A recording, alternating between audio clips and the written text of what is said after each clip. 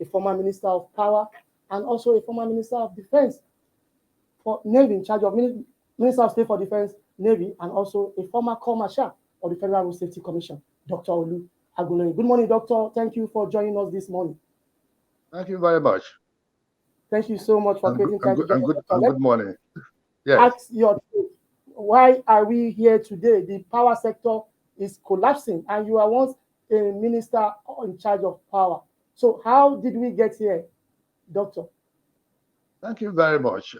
First, we need to make it very clear that the issues at stake, the matter on hand, the matter of electricity and provision of electricity, this matter is not a rocket science. We need to make it clear to the public, to all Nigerians, that we know what is wrong. We know what to do. We know why we are not doing what we are to do. And we know who is not doing the correct thing. And we also know that we are leaving it and allowing things to decay. So we need to change. We talk about emergency backup. Emergency backup is the same as the main.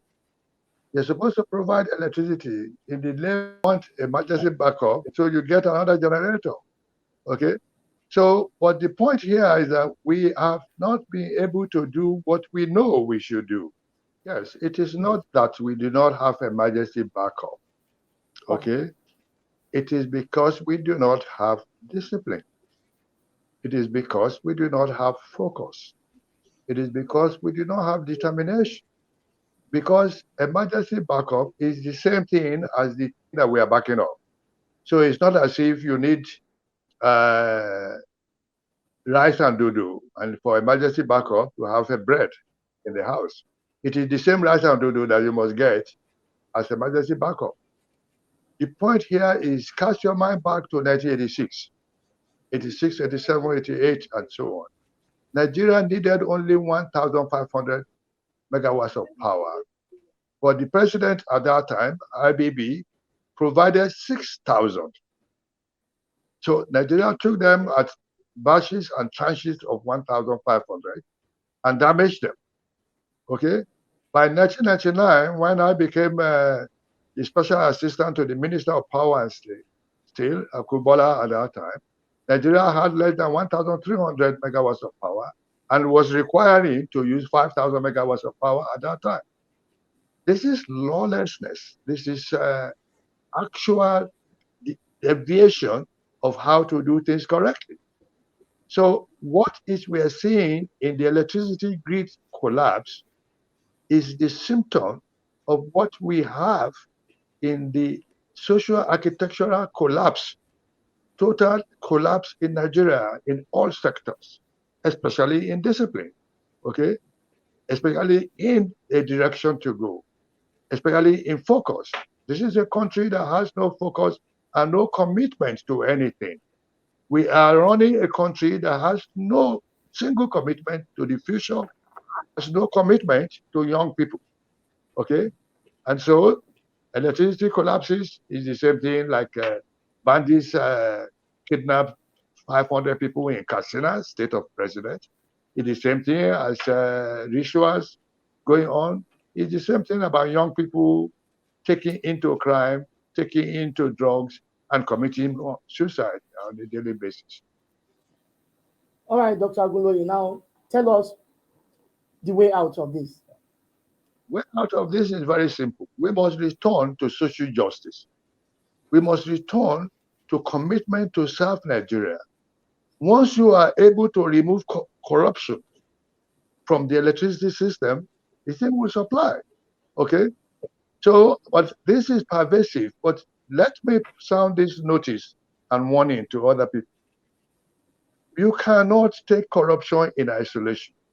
Corruption comes in only as an appendage, as a necessary tool to move on in a system where there's social injustice.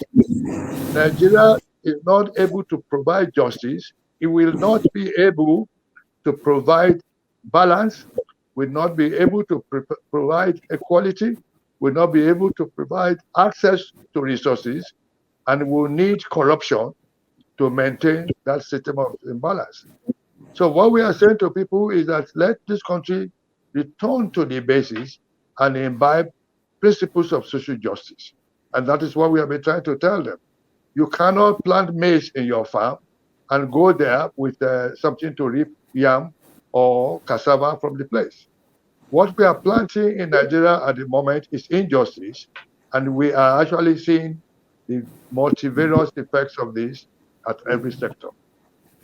All right, finally, Dr. Agunloye, you're talking about social justice. I know it's about a call to action. Now, yesterday, President Muhammadu Buhari from faraway London apologized to Nigerians for lack of power and petrol. Now, in your own opinion, do you think Nigerians at this time need apology or action by the president to end all these menaces?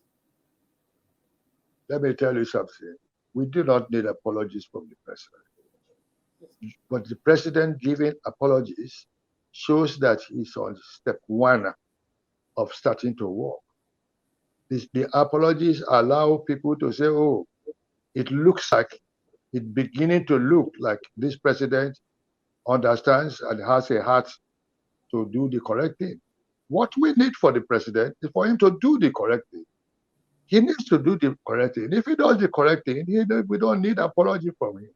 We are not here for apology. We need electricity in our houses. We need to let him understand that still iron rod and so on are what they call the spinal cord, spinal skeleton of a nation. And that electricity is the lifeline blood. So you derive those things and we make progress. We don't have them, we cannot make progress. And to make electricity work is simple.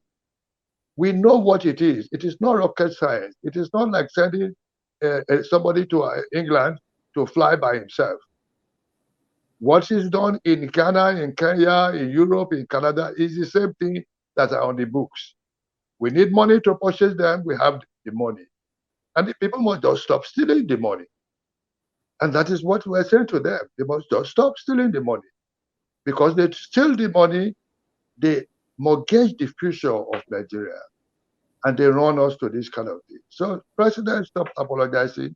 President, just do your work. All right, many thanks to you, Dr. Olu Agunloye, former Minister of State for Defense, former Minister of Power and Steel, and former Corps Marshal of the Federal Road Safety Corps. I hope to see more of you when the media rise up. Thank you very much.